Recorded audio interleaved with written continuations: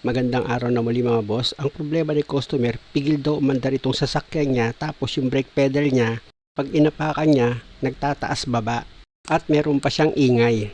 Ang una ko ang ginawa dyan is chinik ko itong apat na gulong, inikot ko yan. Kaya lang, itong kanang likuran, ang kakaiba ang ikot niya. Parang oblong itong drum brake niya, kaya tinanggal ko yan mga boss. At kung makikita nyo, itong loob ng drum brake niya mga boss, meron siyang gasgas, ayan o, na gumuhit dito sa drum brake. At dahil duda ako sa inside diameter nito, kasi nga pag inikot ko siya, hindi siya tuloy-tuloy. Yung adjustment niya, hindi naman siya dikit. Kaya nag-request ako kay customer na kailangan ipa-machine shop ito or ipa-repace. At ito na nga mga boss, dinala ko na sa machine shop yan at sinisetting na nila para i-repace. At yun na nga, sabi nung gumagawa na hindi daw talaga pantay yung inside diameter nito. Kaya tama talaga yung duda ko mga boss na medyo oblong itong brake drum niya. I-close up kayo mga boss para makita nyo. Kung papansinin nyo mga boss, may mga portion na hindi tinatamaan dito sa brake drum habang nire-repace. Ibig sabihin talagang hindi pantay itong inside diameter ng brake drum ni customer. Nag-request nga ako sa gumagawa na kung maaari pabagalin niya itong ikot para may i-video ko at may ipakita ko kay customer. Alam niyo mga boss, sa tagal kong gumagawa, ngayon lang ako naka-encounter ng ganito. Yung inside diameter ng drum brake is hindi siya pantay. Nakakapagtaka lang kasi ang alam ko dumadaan ito sa quality control Pabagaling ko yung ikot nito mga boss tignan nyo di ba? Hindi talaga siya pantay Kaya pala sabi ng driver may time na pag tumapak siya sa brake pedal niya, minsan tataas, minsan lulubog. Ayun naman pala, itong brake drum niya, lulubog lilitaw din. Kaya lang, wala naman na tayong magagawa. Natural naman talaga pag nabili mo yung sasakyan, problema mo na yan.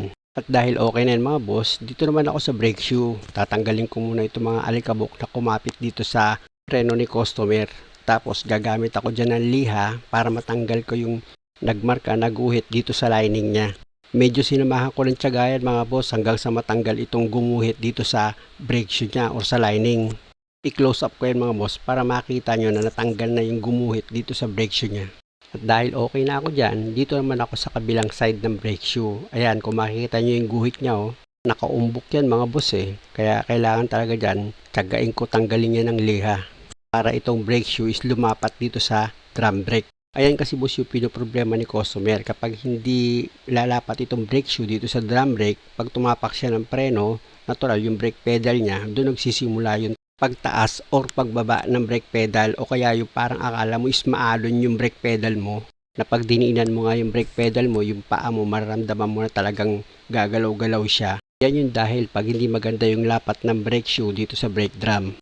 Ilagay ko na itong brake drum mga boss Kung makikita nyo, maluwag itong brake drum niya nung nilagay ko. Dahil nga sa unang-una is na-replace itong brake drum niya. At yung brake shoe nabawasan din dahil sa pagliha. Kaya gamit ka ng flat screw, mag-adjust ka dito sa brake adjuster niya. At yan naman tinuturo kong rubber cover niya dito sa backplate.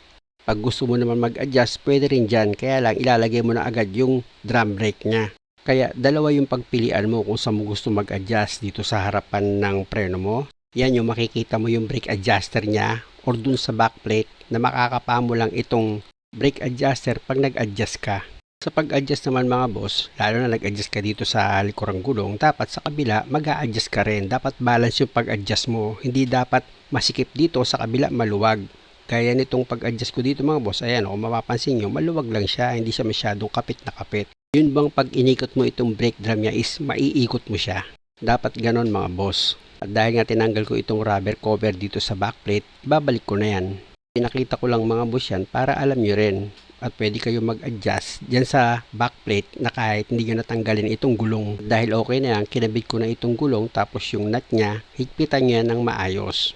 Ikutin ko itong gulong mga boss, di ba pre-wheeling siya? Dapat ganyan. Dito naman ako sa kabilang side mga boss, tatanggalin ko naman itong gulong.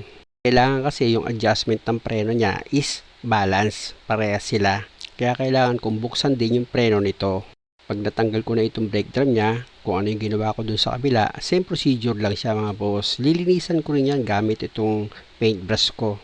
Tatanggalan ko rin yan ng alikabok. Ganon din dito sa brake drum niya. Kailangan lilinisan mo rin yan. Hindi pwede yung brake shoe lang ang lilinisan mo. At pag malinis na yan mga boss, at tanggal mo na yung alikabok or yung kalawang niya, gamit ka ngayon ng liha para dito sa brake shoe mo.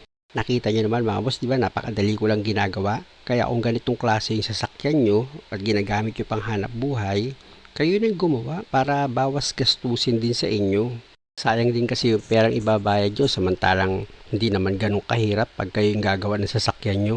At kung kulang kayo sa budget, pwede naman wag nyo nang gamitan ng brake cleaner yan. Lalo't ganito, malinis pa. Paintbrush lang ang ginamit ko para matanggal yung alikabok niya at yung kalawang.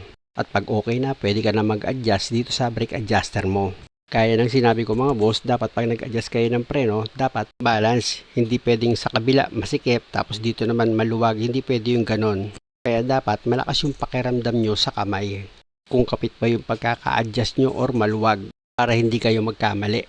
At dahil okay na ito mga boss, ilagay ko na itong gulong. At muli maraming salamat sa panonood. Sana nakakuha kayo ng idea at kung maaari, huwag nyo naman sanang kalimutang mag-subscribe sa channel ko. Maraming salamat.